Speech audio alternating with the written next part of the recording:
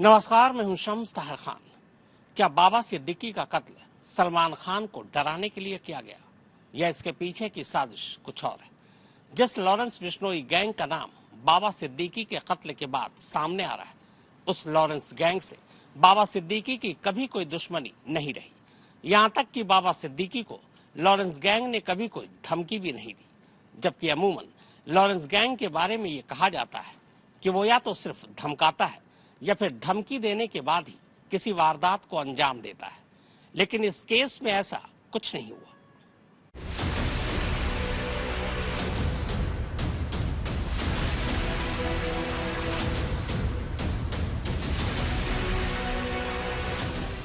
ये विकी गुप्ता है, उम्र 24 साल, और ये सागर कुमार पाल, उम्र 23 साल। पुलिस हिरासत में दोनों के चेहरे साफ साफ पहचाने जा सकते हैं। ये वही दोनों हैं जिन्होंने इसी साल 14 अप्रैल की सुबह करीब 5 बजे सलमान खान के घर गैलेक्सी अपार्टमेंट की बालकनी में गोली चलाई थी। ये दोनों बिहार के चंपारण के रहने वाले हैं। गिरफ्तारी के बाद ये खुलासा हुआ था कि लॉरेंस बिश्नोई गैंग ने सिर्फ सलमान खान को धमकाने के लिए इन दोनों से गैलेक्सी पर गोलियां चलवाई थी। इस शूटआउट से पहले दोनों मुंबई के ही पनवेल इलाके में किराए के फ्लैट में रुके थे। इन दोनों का ही पिछला कोई बड़ा क्रिमिनल रिकॉर्ड नहीं रहा था। अब इन दोनों से मिलिए। इनमें से एक का नाम गुरमैल बलजीत सिंह है। 23 साल का गुरमैल हरियाणा के कैथल का रहने वाला है, जबकि दूसरे का नाम धर्मराज राजेश कश्यप है। 19 साल का कश्यप यूपी के बहराइच का रहने वाला है। इन दोनों का भी कोई बहुत बड़ा क्रिमिनल रिकॉर्ड नहीं है। ये दोनों पिछले 2 महीने से मुंबई के कुर्ला इलाके में किराए के फ्लैट में रह रहे थे, और यही वो दोनों आरोपी हैं जिन्होंने बाबा सिद्दीकी पर गोलियां चलाई थी। हालांकि ये दोनों इस वक्त मुंबई पुलिस की क्राइम ब्रांच की कस्टडी में है। जाहिर है पूछताछ के बाद ये साफ हो जाएगा कि वाकई ये लॉरेंस गैंग के सुपारी किलर है या फिर मास्टरमाइंड कोई और है। अप्रैल में सलमान खान के घर शूट आउट कराने वाले और बाबा सिद्दीकी पर गोली चलाने वाले चारों अलग अलग लड़के हैं। चारों का आपस में कोई कनेक्शन भी नहीं, लेकिन 2 चीजें ऐसी हैं जो इन चारों को एक दूसरे से जोड़ती है। पहली, इनके काम करने का तरीका, और दूसरी, लॉरेंस गैंग से इनका रिश्ता। और यहीं से ये सवाल उठता है कि क्या बाबा सिद्दीकी पर गोली चलाने वाले सुपारी किलर थे, और क्या ये सुपारी लॉरेंस बिश्नोई गैंग ने दी? अगर हाँ तो क्यों? और बस इसी क्यों पर आकर सब कुछ उलझ जाता है।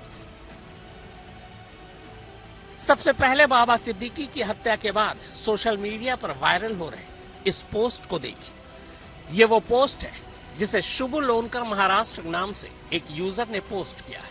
लॉरेंस गैंग को टैग करते हुए इस पोस्ट में वो बाबा सिद्दीकी की हत्या की जिम्मेदारी लेते हुए ये लिखता है,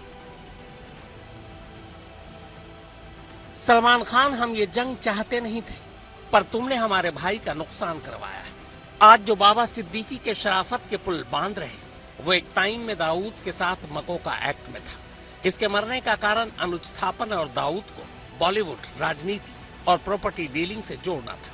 हमारी किसी से कोई दुश्मनी नहीं है, पर जो भी सलमान खान और दाऊद गैंग की हेल्प करेगा, अपना हिसाब किताब लगा के रखना। हमारे किसी भी भाई को कोई भी मरवाएगा तो हम रिएक्शन जरूर देंगे। हमने पहले वार कभी नहीं किया।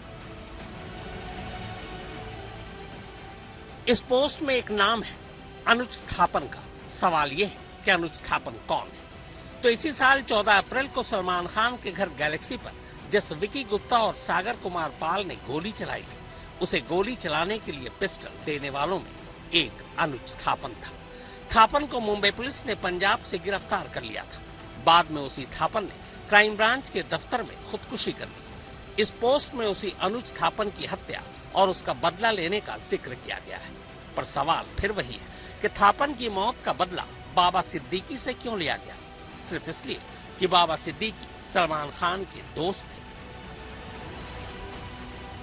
सोशल मीडिया पर यह पोस्ट रविवार की सुबह आया। यह पोस्ट मुंबई पुलिस की नजर से भी गुजरा, लेकिन मुंबई पुलिस ने आज तक को बताया कि फिलहाल इस पोस्ट की विश्वसनीयता पर उन्हें शक है। उन्हें ऐसा लगता है जैसे जानबूझकर कोई पुलिस को गुमराह करने की कोशिश कर रहा है। हालांकि इसके बावजूद वो इस पोस्ट की गंभीरता से जांच कर रहे हैं। असल में लॉरेंस गैंग के इससे पहले के जितने भी पोस्ट आए हैं, उसकी भाषा इससे अलग होती है। इसके अलावा इस पोस्ट को लेकर मुंबई पुलिस के मन में कई शक और सवाल भी है। मसलन सिद्धू मूसावाला के अलावा आपसी गैंगवार में मारे गए कुछ गैंगस्टर को छोड़ दें तो लॉरेंस गैंग ज्यादातर मामलों में सिर्फ धमकाता है, वो भी उन लोगों को जिनसे सीधे तौर पर उसकी दुश्मनी हो। बाबा सिद्दीकी और लॉरेंस गैंग के बीच मुंबई पुलिस को अब तक किसी दुश्मनी की कोई जानकारी नहीं मिली। मुंबई पुलिस के गले ये बात भी नहीं उतर रही कि सिर्फ सलमान खान से दोस्ती की वजह से लॉरेंस गैंग बाबा सिद्दीकी की हत्या करवाएगा। ऐसा लगता नहीं है। मुंबई की राजनीति में और मुंबई फिल्म इंडस्ट्री में बाबा सिद्दीकी एक बड़ा नाम थे। ये जानते हुए भी लॉरेंस गैंग ऐसा कोई रिस्क उठाएगा, ये बात भी मुंबई पुलिस की समझ से परे है। मुंबई पुलिस सूत्रों के मुताबिक अगर सलमान तक मैसेज ही पहुंचाना था तो बाबा सिद्दीकी पर गैलेक्सी की तरह ही सिर्फ हवाई फायर कर ये मैसेज पहुंचाया जा सकता था। पुलिस को ये भी समझ नहीं आ रहा है कि मुंबई फिल्म इंडस्ट्री में सलमान खान के बहुत सारे दोस्त हैं, पर लॉरेंस गैंग ने बाबा सिद्दीकी को ही क्यों चुना।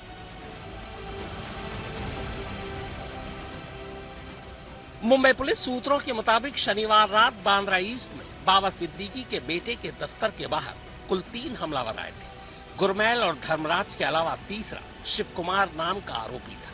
शिव कुमार भी यूपी के बहराइच का है। पुलिस के मुताबिक दशहरे के मौके पर उस वक्त पटाखे छोड़े जा रहे थे और उन्हीं पटाखों के शोर का फायदा उठाते हुए तीनों ने ही बाबा सिद्दीकी पर गोलियां चलानी शुरू कर दी। तब बाबा सिद्दीकी अपनी कार की तरफ बढ़ रहे थे। आरोपियों ने कुल 6 राउंड गोलियां चलाई, जिनमें से 3 गोली बाबा सिद्दीकी को लगी, 2 पेट में और 1 सीने पर। गोली चलाने के बाद 2 आरोपियों को मौका वारदात पर ही लोगों ने पकड़ लिया, जबकि तीसरा शिव कुमार भागने में कामयाब रहा। जिस जगह ये घटना घटी हम इस वक्त वहीं पर हैं। यहीं पर बाबा सिद्दीकी शाम को अपने ऑफिस से निकलकर अपनी गाड़ी में बैठकर जा रहे थे, तभी अज्ञात हमलावर आए और उन्होंने अंधाधुंध गोलियां बरसाना शुरू कर दी, जिसमें बाबा सिद्दीकी की मौत हो गई। फिलहाल यहाँ पर आप देख सकते हैं जो पुलिस की टीम है वो जांच कर रही है। 6 राउंड्स यहाँ पर साफ तौर पर देखे जा सकते हैं कि जिन पर निशान लगाया गया है। 6 गोलियों के शेल्स जो हैं वो अभी भी आपको साफ तौर पर दृश्यों में देख सकते हैं। अपने कैमरामैन से कहूंगा कि वो थोड़ा जूम करे, जिसकी वजह से वो जो शेल हैं वो साफ तौर पर देख सके किस तरीके से गोलियां चलाई। मुंबई पुलिस सूत्रों के मुताबिक इन तीनों के अलावा एक चौथा शख्स भी है। ये वही शख्स है जिसने इन तीनों को सुपारी दी थी, यानी वो चौथा शख्स ही वो सबसे अहम किरदार है जो ये बता सकता है कि सुपारी देने वाला असली मास्टरमाइंड कौन है। लेकिन फिलहाल शिव के साथ साथ वो चौथा भी गायब है। हालांकि शिव कुमार के बारे में आखिरी जानकारी यही थी कि वो मध्य प्रदेश की तरफ भागा है। मुंबई पुलिस की कई टीमें इस वक्त एमपी, यूपी और हरियाणा की तरफ है। जो आरोपी 3 आरोपी यहाँ पर जो रेकी करने आए थे, उनको ऑर्डर्स कहीं और से मिल रहे थे। अब ये ऑर्डर कौन दे रहा था, यानी कि एक कोई गैंग प्रॉपरली शामिल है इसके अंदर। सुपारी किलिंग हुई है, प्रॉपर सुपारी दी गई थी इस पूरे मामले को लेके, इस हत्या को लेके। इस एंगल में पुलिस जांच करी है। दूसरी अगर जो बात करें तो वहां पर से सीसीटीवी फुटेज अब बहुत ज्यादा अहम होगा कि किस तरीके से वहां पर आरोपी आए। दूसरी अगर जो बात करें तो क्या इसके अंदर और कोई एंगल भी शामिल है, क्योंकि देखिए बिश्नोई गैंग की अगर जो बात करें तो सलमान खान को लगातार थ्रेट है, लेकिन क्या ये थ्रेट बाबा सिद्दीकी को भी है, या 15 से 20 दिन पहले जिस तरीके से ऑपोजिशन आरोप लगा रहा था कि क्या उनको कोई थ्रेट मिला था, क्या सिक्योरिटी बढ़ाई गई थी, ये एक अहम सवाल होगा। आज तक को मिली जानकारी के मुताबिक मुंबई पुलिस लॉरेंस गैंग के अलावा 2 और थ्योरी पर भी इस केस की जांच कर रही है। बाबा सिद्दीकी राजनीति के अलावा प्रॉपर्टी के कारोबार से भी जुड़े रहे थे। 2000 से 2004 तक वो Maharashtra housing area development authority यानी महाडा के चेयरमैन भी रहे थे। इसी दौरान उन पर स्लम रिहेबिलिटेशन के नाम पर जमीन का गलत इस्तेमाल करने का इल्जाम भी लगा था। इसको लेकर तब उन्हें कुछ बिल्डरों से धमकियां भी मिली थी। इस मामले में ईडी उनके खिलाफ जांच भी कर रही है। अब पुलिस इस पहलू से भी इस केस की जांच कर रही है कि क्या जमीन से जुड़े विवाद के चलते तो बाबा सिद्दीकी की हत्या नहीं की गई। कि लॉरेंस बिश्नोई गैंग का तो नाम सामने आया ही है, लेकिन एक एसआरए प्रोजेक्ट था। एसआरए प्रोजेक्ट ये होते हैं आशुतोष, यहाँ पे जो मुंबई में जो स्लम्स होते हैं, स्लम्स को रिहेबिलिट करके यहाँ पर बिल्डिंगें बनाई जाती है। तो ये स्लम रिहेबिलिटेशन का एक अथॉरिटी का एक प्रोजेक्ट था बांद्रा में, जिसका विरोध बाबा सिद्दीकी और उनके बेटे एमएलए जिशान सिद्दीकी लगातार कर रहे थे। वहां पर एक डेमोलिशन ड्राइव चल रहा था और उस डेमोलिशन ड्राइव का जबरदस्त विरोध हो रहा था और उसका विरोध ऐसा हुआ कि जिशान सिद्दीकी को 2 दिन तक वहां पर अनशन पर बैठना पड़ा। मुंबई पुलिस सूत्रों के मुताबिक इसके अलावा राजनीतिक दुश्मनी के पहलू से भी वो इस मामले की जांच कर रही है। हालांकि पुलिस सूत्रों का कहना है कि मुंबई में पॉलिटिकल किलिंग के मामले अमूमन होते नहीं, लेकिन चूंकि बाबा सिद्दीकी की कई लोगों से राजनीतिक दुश्मनी भी रही है, इसीलिए पुलिस इस पहलू को भी अनदेखा नहीं कर सकती। अब इससे जो हलचल है, जो सनसनी है, एक तरीके से हलचल नहीं कहूंगा मैं, सनसनी बहुत ज्यादा फैल जाएगी पूरे मुंबई में। जैसा कि आपने कहा कि ना सिर्फ बॉलीवुड में, लेकिन अब बिल्डर लॉबी है उसमें भी काफी ज्यादा सनसनी फैल जाएगी। क्योंकि एक तरीके से देखिए कि मुंबई में जो पहले अंडरवर्ल्ड एरा चलता था, क्या वो एरा वापस आ चुका है? पहले सलमान खान के यहाँ पर फायरिंग होती है, फिर अलग अलग घटनाएं जिस तरीके से पिछले 1 साल में हुई है, और अब एक इतने सीजन पॉलिटिशियन को दिन दहाड़े मार गिराया जाता है, गोलियां चलाई जाती है, पूरी रैकी करने के बाद एक तरीके से उनको मौत के घाट उतारा जाता है। तो अब एक पूरी तरीके से एक सनसनी फैल जाएगी, एक डर का माहौल मुंबई के गलियारों में रहेगा और इसको अब ओवरकम करना मुंबई पुलिस और साथ ही प्रशासन की बहुत ज्यादा अहम जिम्मेदारी हो जाएगी। पकड़े गए दोनों आरोपियों गुरमैल सिंह और धर्मराज को अदालत में पेश करने के बाद उन्हें क्राइम ब्रांच की कस्टडी में भेज दिया गया है। अब पुलिस दोनों से पूछताछ के बाद बाबा सिद्दीकी की हत्या के पीछे की असली साजिश को सामने लाने की कोशिश करेगी। हालांकि पुलिस ने आज तक को इतना जरूर बताया कि अब तक की तफ्तीश के बाद ये साबित हो चुका है कि मामला कॉन्ट्रैक्ट किलिंग का ही है, लेकिन कॉन्ट्रैक्ट यानी सुपारी किसने दी, यह भी साफ तौर पर नहीं कहा जा सकता। सौरभ वक्तानिया, देव कोटक और विद्या के साथ दिवेश सिंह, मुंबई आज तक। बाबा सिद्दीकी पर कुल 3 लोगों ने गोलियां चलाई थी। इनमें से 2 पकड़ा गया, जबकि तीसरा फरार है। लेकिन आज तक की टीम इन तीनों ही आरोपियों के घर पहुंची। इनमें से 2 आरोपियों के खिलाफ कोई भी आपराधिक मामला दर्ज नहीं है, सिवाय गुरमैल सिंह के। हरियाणा के गुरमैल सिंह पर अपने ही बड़े भाई की हत्या का मामला था। इसके लिए वो जेल भी गया और अभी कुछ वक्त पहले ही वो जमानत पर जेल से बाहर आया था।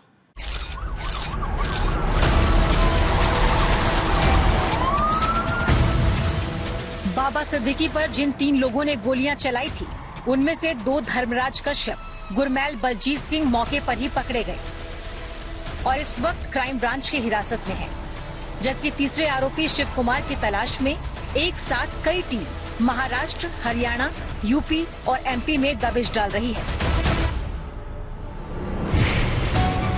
धर्मराज और शिव कुमार यूपी के कैसरगंज इलाके के रहने वाले हैं।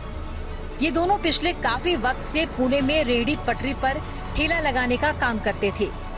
आज तक की टीम इन दोनों के गांव पहुंची और इन दोनों की मां से बातचीत की। दोनों के घर पुलिस भी पहुंच चुकी है। गांव वालों के मुताबिक धर्मराज और शिवा दोनों ही पहले पुणे में कबाड़ी का काम किया करते थे। धर्मराज पहले पुणे गया था। इसी साल होली के बाद वो शिवा को भी अपने साथ पुणे ले गया। शिवा की मां के मुताबिक शिवा होली के 8 दिन बाद गांव से पुणे गया था। हमका यही पता है कि पूना गए हैं, भंगार के काम करत रहा है। होली के 8 दिन बाद में, और हमको कुछ पता नहीं चला। तो पहले से कभी कोई उस पर कोई मामला किसी तरह? यहाँ कोई मामला नहीं हुआ भैया। ना हमारा बात मानी जाए, गाँव टोल हम कोई से पूछ लीन जाए। यहाँ कोई के न दोस्त दुश्मनी कोई के नहीं रहा है, न हमका विश्वास रहा कि यू कांट में यू हुई। जब आप लोग सवेरे से बहुत लोग आवे लागे, हमरे उलझन सवार होगा, बीपी मरीज रोवत नहीं समझ में आवा हमरे कुछ। हमका नहीं विश्वास रहा है कि यू हुई कांट करिए। तो कितने समय से वो पुणे रह रहा था? अभी हाल में गया या पहले से रहता था? अभी बाद पूनम होलिन बाद से, मार्च से। और वहाँ करता क्या? कोई भंगार के काम है। हालांकि स्थानीय पुलिस के मुताबिक धर्मराज और शिवा के खिलाफ लोकल थाने में कोई भी आपराधिक मामला दर्ज नहीं है। घर वालों को भी इन दोनों के बारे में ये जानकारी आज सुबह ही मिली। प्राथमिक पूछताछ जो हुई है दोनों ही शूटर से, धर्मराज कश्यप और करनैल सिंह से जो पूछताछ की गई है उसमें उन दोनों ने ही लॉरेंस बिश्नोई गैंग से संपर्क होने का दावा किया है और आगे की पूछताछ अभी भी चल रही है। पुलिस टीम उन्हें इंटेरोगेट कर रही है। मुंबई क्राइम ब्रांच ने हरियाणा पुलिस और उत्तर प्रदेश पुलिस से, दोनों के ही जिले की पुलिस से जानकारी मांगी है। दोनों का जो पैतृक जिला है धर्मराज कश्यप का और करनैल सिंह का, उनसे उनके क्रिमिनल एक्टिविटीज की जानकारी मांगी है। अभी तक जो वरिष्ठ पुलिस ऑफिसर्स हैं मुंबई क्राइम ब्रांच के, जिनसे हमने बातचीत की है, उनका कहना है कि अभी तक दोनों के कुछ भी क्रिमिनल एक्टिविटी के बारे में पता नहीं चला है। पिछली कोई भी क्रिमिनल एक्टिविटी के बारे में कोई जानकारी नहीं है, पर अभी भी इस बारे में तहकीकात चल रही है, इस बारे में पूछताछ कर रहे हैं। उधर हरियाणा के रहने वाले तीसरे आरोपी गुरमैल के घर तक भी आज तक पहुंचा। गुरमैल पर मर्डर का एक मामला चल रहा है। 2019 में उसने ये कत्ल अपने बड़े भाई का किया था। कत्ल के इल्जाम में तब वो जेल चला गया। कुछ वक्त पहले ही जमानत पर वो जेल से बाहर आया था। गुरमैल के माता पिता की पहले ही मौत हो चुकी है। वो अपनी दादी के साथ रहा करता था। गुरमैल की दादी ने बताया कि जमानत पर बाहर आने के बाद वो कुछ ही देर के लिए घर आया था और फिर चला गया। उसके बाद से उसकी कोई खबर नहीं है। गुरमैल की क्या लगते हो? दादी। अच्छा, कब से गुरमैल यहाँ रहता है नहीं रहता? गुरमैल ना तो रहता 3-4 महीने हो गए ना। अच्छा, पूरा नहीं आया। कहाँ गया था? मन्ना के बेरा काटा गया, मन्ना को सब बता का गया था। अच्छा, 5 में तो घर भी थी, अड़ंगा घेरन जा रही थी। मन्ना तो पता नहीं, काटा तो गया था, काटा ना घर ना मार दौरा पवन ना मार दौरा करते ना माम करते। कायदे से इन तीनों ही आरोपियों में इकलौता गुरमैल ही है जो कत्ल के मामले में जेल गया, वो भी हरियाणा में। और हरियाणा की जेलों में लॉरेंस बिश्नोई गैंग के तमाम गुर्गे बंद हैं। अगर ये काम लॉरेंस गैंग का ही है तो फिर बहुत मुमकिन है कि गुरमैल को हरियाणा के जेल में रहने के दौरान ही ये काम सौंपा गया। पर सवाल ये है कि फिर पुणे में रहने वाले धर्मराज और शिवा इस ऑपरेशन में कैसे शामिल हुए। बहराइच से अभिषेक कुमार के साथ कमलजीत संधू, कैथल, आज तक। तो हमारे इस खास पेशकश में इतना ही, लेकिन आज तक पर खबरों का सिलसिला लगातार जारी है।